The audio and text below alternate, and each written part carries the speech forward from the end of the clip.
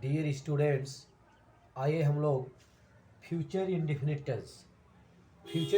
Tense के वाक्यों का ट्रांसलेट करते हैं। डियर स्टूडेंट्स, पूर्व के वीडियो में हमने फ्यूचर इंडेफिनिट टेंस के हेल्पिंग वर्ब विल और शैल, ठीक है, इसके विषय में हमने आपको समझाया।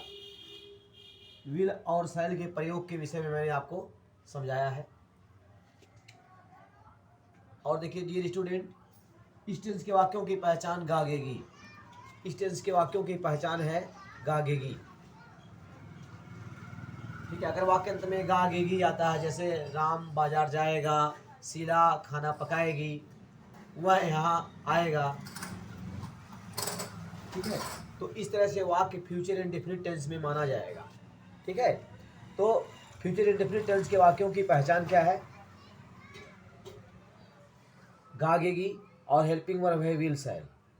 डियर स्टूडेंट, पूर्व के वीडियो में हमने आपको विल शैल के प्रयोग के बारे में मैंने आपको समझाया है। पूर्व के वीडियो में हमने आपको विल अपॉन शैल, ठीक है, इसके प्रयोग के विषय में मैंने आपको अच्छी तरह समझाया था। आप देखिए डियर स्टूडेंट, हम इस टेंस, ठीक है, इस टेंस के वाक्यों का ट्रांसलेट करेंगे, ठीक है। आइए ट्रांसलेट करते हैं। देखिए डियर स्टूडेंट, यहाँ पर हम वाक्य किस तरह से लिखेंगे। यहाँ देखिए पहला वाक्य हमने लिखा, वह पत्र लिखेगा। पहला वाक्य है वह पत्र लिखेगा, ठीक। तो ये अफर्मेटिव सेंटेंस हो गया, ये है अफर्मेटिव सेंटेंस। दूसरा, वह पत्र नहीं लिखेगा, ठीक, ये है निगेटिव, ठीक है, ये वाक्य में नहीं समझा गया, ठीक। और देखिए वह पत्र कभी नहीं लिखेगा। देखिए यहाँ पर हम लिख दिए वह पत्र कभी नहीं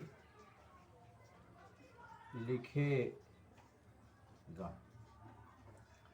तो डियर स्टूडेंट देखिए इस वाक्य में कभी नहीं शब्द आ गया, वह पत्र कभी नहीं लिखेगा, ठीक है। तो वाक्य में कभी नहीं शब्द आ गया, वह पत्र कभी नहीं लिखेगा। तो वाक्य में अगर नहीं और कभी नहीं शब्द आता है, ठीक है, नहीं मीन्स नॉट और कभी नहीं मीन्स नेवर, ठीक है।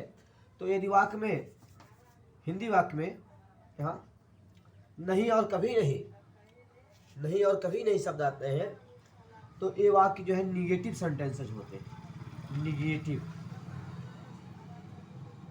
निगेटिव सेंटेंसेस,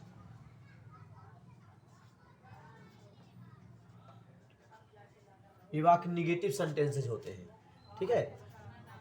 तो देखिए डियर स्टूडेंट, हम लोग अफर्मेटिव सेंटेंसेस का अनुवाद करना सीखेंगे। देखिए वह पत्र लिखेगा, ये वाक्य फ्यूचर इंडेफिनिट टेंस का अफर्मेटिव वाक्य है, ठीक। अब इसका ट्रांसलेट कैसे करेंगे? यहाँ देखिए फार्मूला हम लिख रहे हैं, यहाँ लिख रहे हैं subject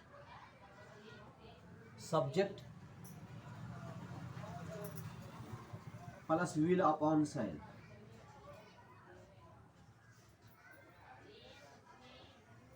will upon shall plus main verb first form. Main verb, M means main, V means verb, main verb first form, ठीक है। First form of main verb plus object plus ETC. देखिए संक्षिप्त में हमने ओ भी लिख दिया। ओ भी मीन्स ऑब्जेक्ट, आप समझेंगे, ओ भी means object, object plus etc, इस तरह से। Subject plus will upon shall plus main verb first form plus object plus etc, ठीक है। इस तरह से हम ट्रांसलेट करेंगे अफर्मेटिव सेंटेंसेस का, ठीक। तो पहला वाक्य है वह पत्र लिखेगा। तो डियर स्टूडेंट देखिए यहाँ पर सब्जेक्ट क्या है इस वाक्य में? वह मीन्स आप जानते हैं ही, तो यहाँ स्पष्ट है कोई पुरुष पत्र लिखेगा, वह पत्र लिखेगा, स्पष्ट है, कोई पुरुष, ठीक है, ठीक है, कोई पुरुष या कोई लड़का पत्र लिखेगा। तो यहाँ पर इसके लिए वह की इंग्लिश ही का प्रयोग करेंगे। किसी पुरुष अथवा किसी लड़के के लिए वह की इंग्लिश ही होती है, ठीक है, ही का प्रयोग करते हैं, तो लिखेंगे ही। अब देखिए यहाँ पर सहायक क्रिया विल और शैल। तो डियर स्टूडेंट, पूर्व के वीडियो में हमने विल और शैल के विषय में मैंने समझाया। मैंने आपको बताया कि आई और वी के साथ शैल का प्रयोग करते हैं। आई और वी के साथ, आई और वी के साथ शैल का प्रयोग करते हैं, मैंने बताया।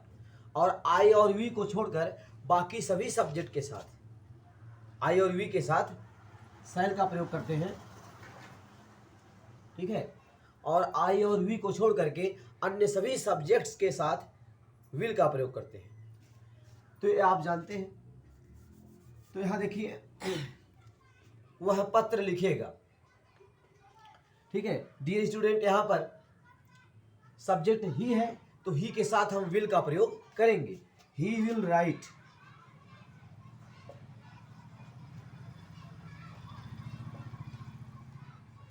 ठीक, ही विल, ही के बाद विल हो गया। उसके बाद main verb first form, main verb है लिखना, ठीक, राइट, ठीक, राइट का फर्स्ट फॉर्म राइट ही होता है, ठीक।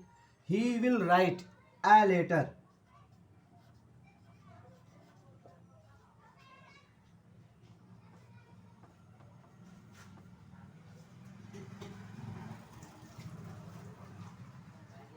he will write a letter,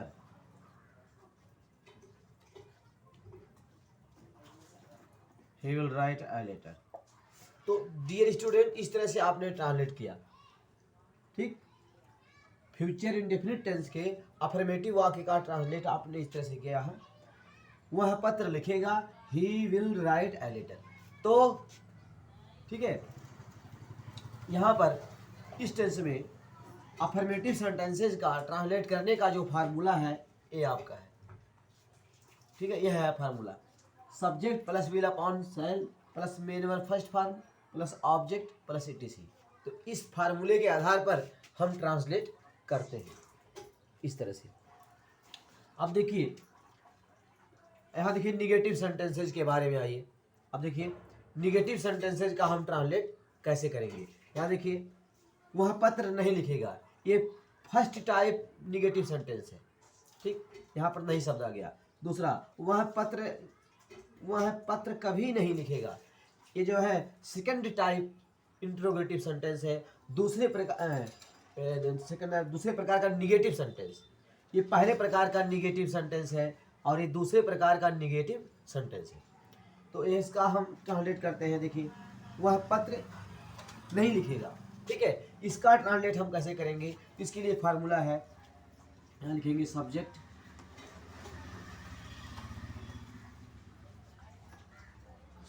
plus will upon शैल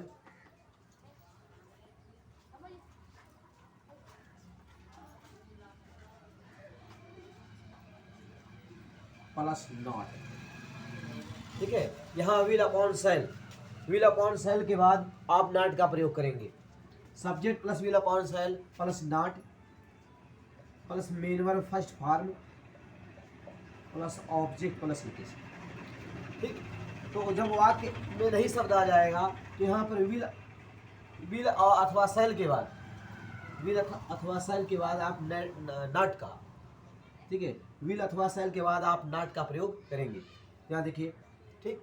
तो इसका ट्रांसलेट हम इस तरह से करेंगे, subject plus will upon shall plus not plus first form of main verb plus object plus etc. अब देखिए इसका ट्रांसलेट ऐसे हो जाएगा, वह पत्र नहीं लिखेगा, तो यहाँ हो जाएगा ही विल, ठीक है, बनेगा ऐसे ही, इसका ट्रांसलेट ऐसे ही होगा, लेकिन विल के बाद यहाँ नॉट आ जाएगा।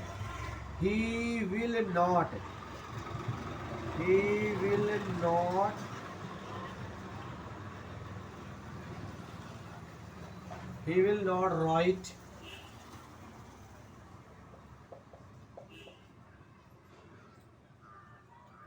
a letter।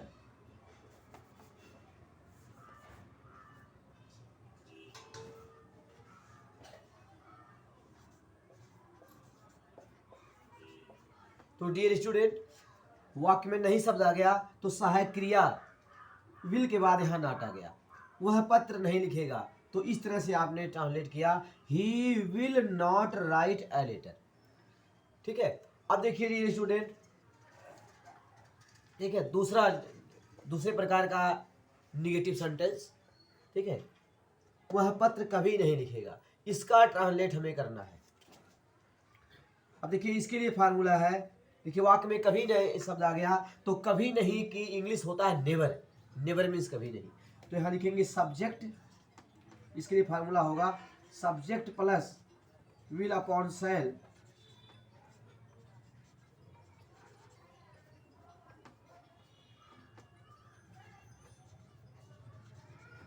ठीक है, सब्जेक्ट और सब्जेक्ट के अनुसार विल अथवा शैल का प्रयोग करेंगे। उसके पश्चात यहाँ नेवर आएगा, कभी नहीं शब्द की इंग्लिश नेवर। ठीक है, इसके पश्चात हम यहाँ नेवर का प्रयोग करेंगे, subject plus will upon shall plus never plus main verb first form plus object. ठीक है, इस तरह से ऑब्जेक्ट प्लस सीटीसी। तो subject plus will upon shall plus never, कभी नहीं शब्द की इंग्लिश नेवर, नेवर का प्रयोग करेंगे, plus main verb first form plus object plus etc. तो इस तरह से देखिए यहाँ ट्रांसलेट कैसे होगा, वह पत्र कभी नहीं लिखेगा, तो इसका ट्रांसलेट हो जाएगा ही विल नेवर। ठीक है, यहाँ पर विल के बाद नेवर आ जाएगा, कभी नहीं की English never, he will never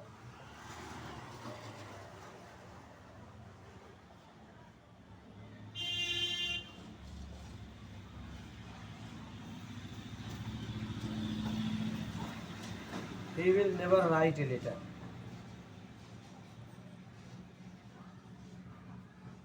he will never write a letter।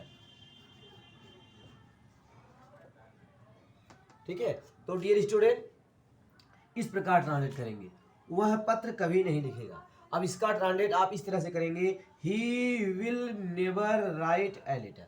तो डियर स्टूडेंट आज की पढ़ाई यहीं पर समाप्त करते हैं, फिर हम अगले वीडियो में अध्ययन करेंगे। अंडरस्टैंड, इस तरह से अंडरस्टैंड।